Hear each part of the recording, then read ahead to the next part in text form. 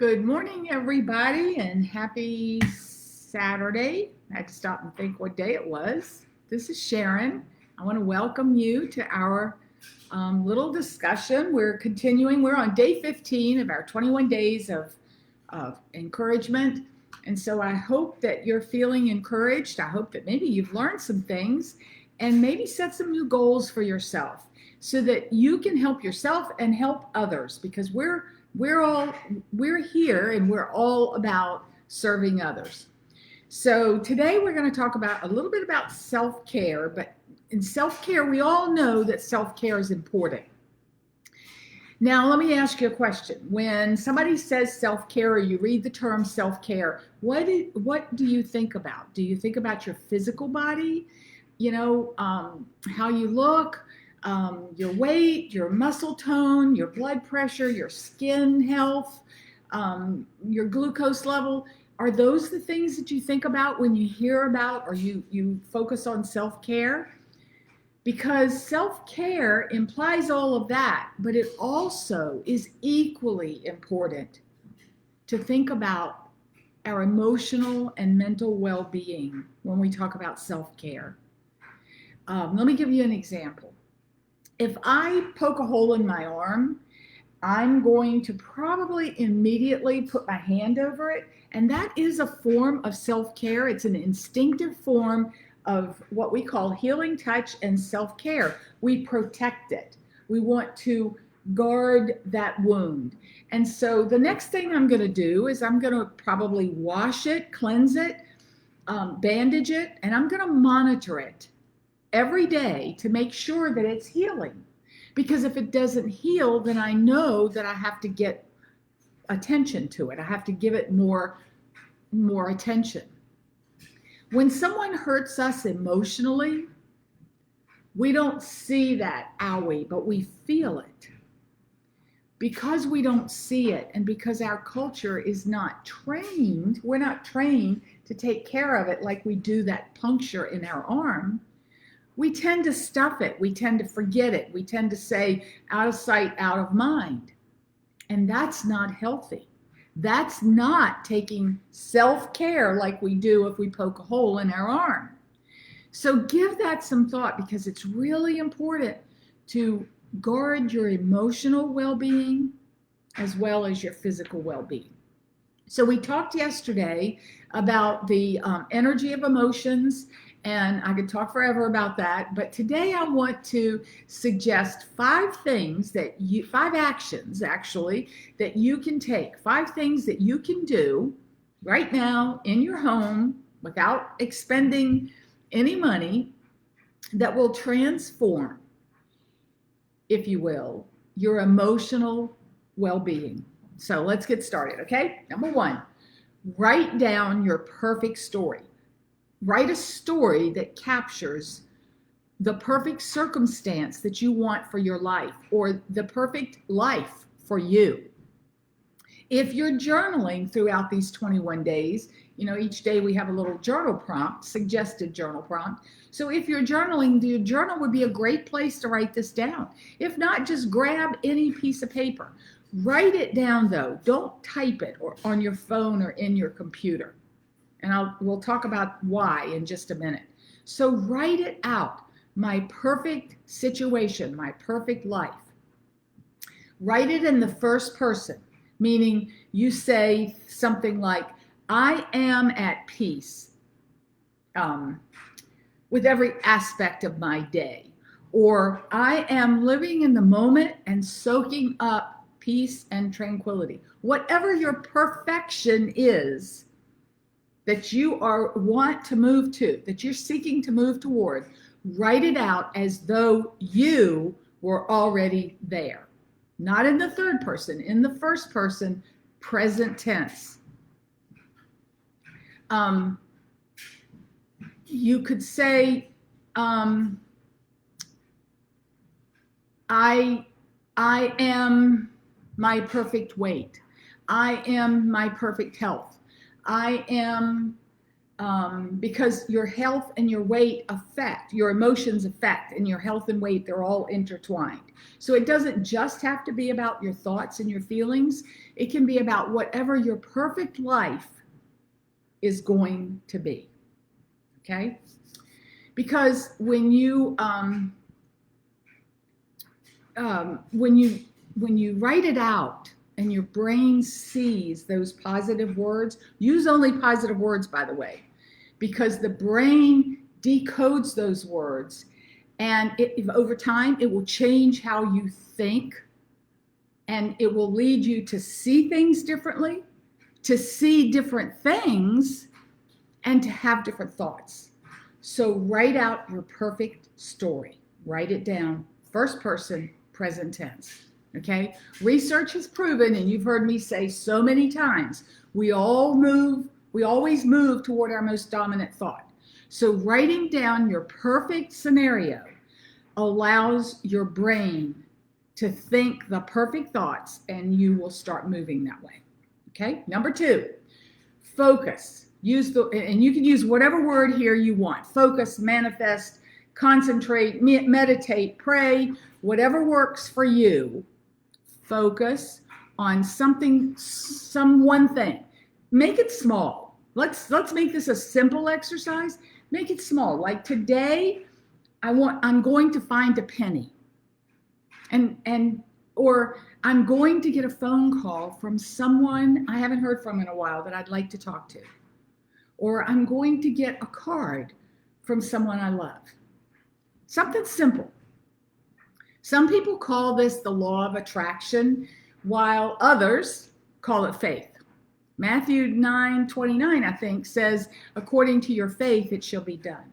So focus on something positive with faith, and once again, you will be moving in that direction. Number 3, create a vision board. If you've never done a vision board, they're really fun to do. And this creates an emotional connection that taps your internal motivation. We talked about motivation a couple of days ago. Motivation comes from within, I believe. So when we create a vision board, it gives us another sense to see our perfect story. So it helps make the dream real in our mind. And it also helps clarify what we really want. The first time I ever did a vision board, I started out with things like a picture of the Eiffel Tower and a picture of a $1 million motorhome. And as I started arranging things on that board, I realized I don't really need to see the Eiffel Tower. That's not my vision right now. I've got more important things to me that I will put on this vision board. And so it helps when you start to do a vision board and organize your thoughts and then your pictures, it helps to clarify what it is you really want. It's a great place to start. Our imagination is so, so powerful, and our brains work like a muscle. And that gives it potential, tremendous potential. Think about how much potential your muscles have. If I don't use a muscle, I can't do a whole lot with it. But the more I use it, the more I can do. The potential increases. The potential is always there. The capability increases, and using it allows that potential to come to life. And so by using these tactics, by using these approaches, we are creating and using the muscle memory in a very powerful, positive way. Number 4, use something that I've heard called the 5x55 or the 55x5 method. The name of it doesn't really matter. Here's what you do. You think of a transformative statement, an affirmation, a statement of belief, if you will, whatever you want to call it. Think of a simple statement and then write it down. Write it down on paper with pen or pencil 55 times every day for 5 consecutive days. When we write down words with pen or pencil on paper, we stimulate the area of the brain that's called the reticular activating system, or RAS for short. And that's the filter for all of the information the brain needs to process things. and it gives more attention to what we are currently focusing on. So we will see things that we're focusing on.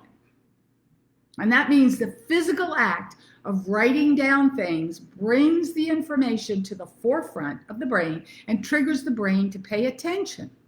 So there's a physiological benefit to writing things down.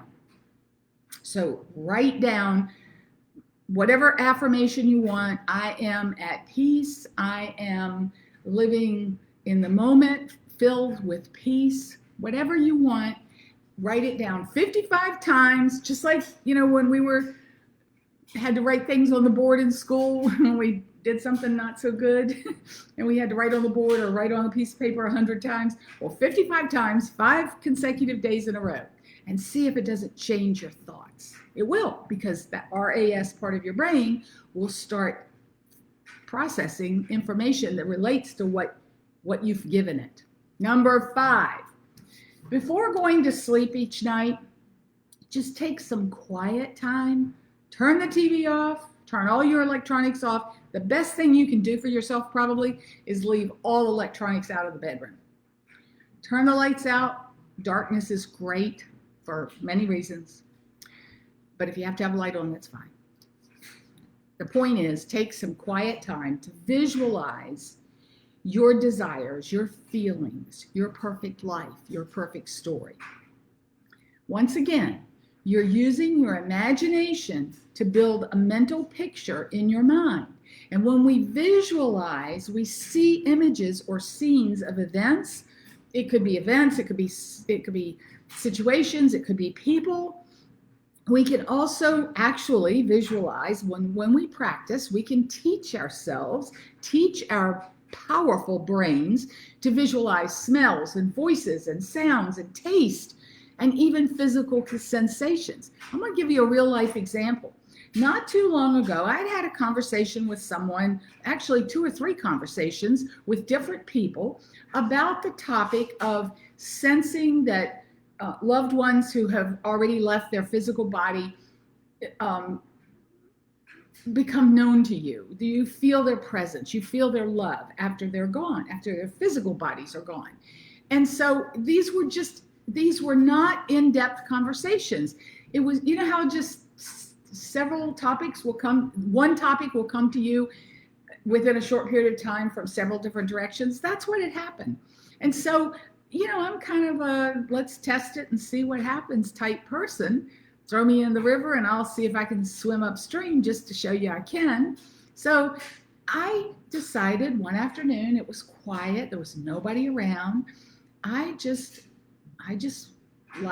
would lay very quiet and still with my eyes closed. And I was thinking about my dad. My dad has left his physical body 23 years ago.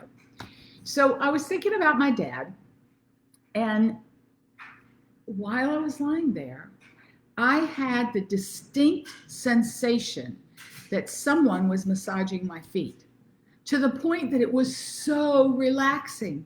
It was so real. And I opened my eyes to see if Bill had come home and was standing there massaging my feet. There was no one there. Bill wasn't home. When I opened my eyes, the sensation went away. But I had this knowing that it was connected to what I was trying to prove. Because, interestingly, one of the last things I did for my dad his last few days on earth was massage his feet. I think I got my message. I think I proved the point that other people were surmising to me. So I'll just share that with you. You may or may not, you may or may not like to think about these things. That's perfectly okay. But it sure piqued my curiosity, and I will be doing more thinking about that. So when you do your visualizations or your meditations or your prayers, whatever, avoid putting any limits on them. Make them limitless, okay? Athletes use this approach, visualization, to actually watch themselves, program themselves winning a gold medal or making that unbelievable game-winning catch, or kicking the soccer ball into the net over and over and over again. They visualize it over and over and over again before they ever get to the game day. And then when it actually comes, when that thing actually happens, it's like they've already created that mental memory. And so what they're doing is they're just replaying it. It's like replaying this video again. And it works. We can do all these things, all 5 of these things, or even different things. Here's the key. We have to make sure that we use positive words, positive thoughts, positive visions, rather than negative, because our mind is going to follow whatever we give it. So make it positive. Practicing these 5 things, or whatever other things that would work for you, will help to transform your emotional well-being. And we have an oil for that. You knew it was coming. This is an old bottle because this is a 15 ml bottle, and these oils last for such a long time. This one is a really old label, but it's still good. There were essential oils in King Tut's tomb, and many, many years, centuries after he was gone, after he was buried, they opened the tomb, and in the alabaster jars, the molecules of those oils were still viable, still good. So they last forever, almost forever, when you take good care of them and keep the tops on them. So what's in this one? Real quickly, it's got lemon oil, it's got peppermint oil, it's got Royal Hawaiian sandalwood oil, it's got clary sage, sacred frankincense, which is a precious, precious species of frankincense, only available from Young Living, by the way. It's Boswellia sacra, if you want to look it up. It's got Idaho blue spruce. It's got cardamom. Now, cardamom, we've talked about all the others and what they do. Cardamom, I don't think we've talked about in this 15-day series. So cardamom helps invigorate our minds. So when we're visualizing, when we're creating that perfect story, cardamom is very helpful. Gary Young knew what he was doing every single time he put oils together for us. It's got ocotea in it and Palo Santo. Palo Santo is a precious oil. It's called holy wood in ancient times, and it was used by the Incas to purify and cleanse the spirit. So there you go, transformation. It helps replace negative beliefs, thoughts, and actions, and replace them with uplifting positive ones. It helps us release that resistance to changing from negative to positive that's maybe held in the limbic part of the brain or any other part of the body that we talked about yesterday. What I like to do when I'm doing some really serious emotional work is I start with Valor. Valor is the oil we talked about a couple days ago. It gives us courage. I use Valor, I inhale Valor.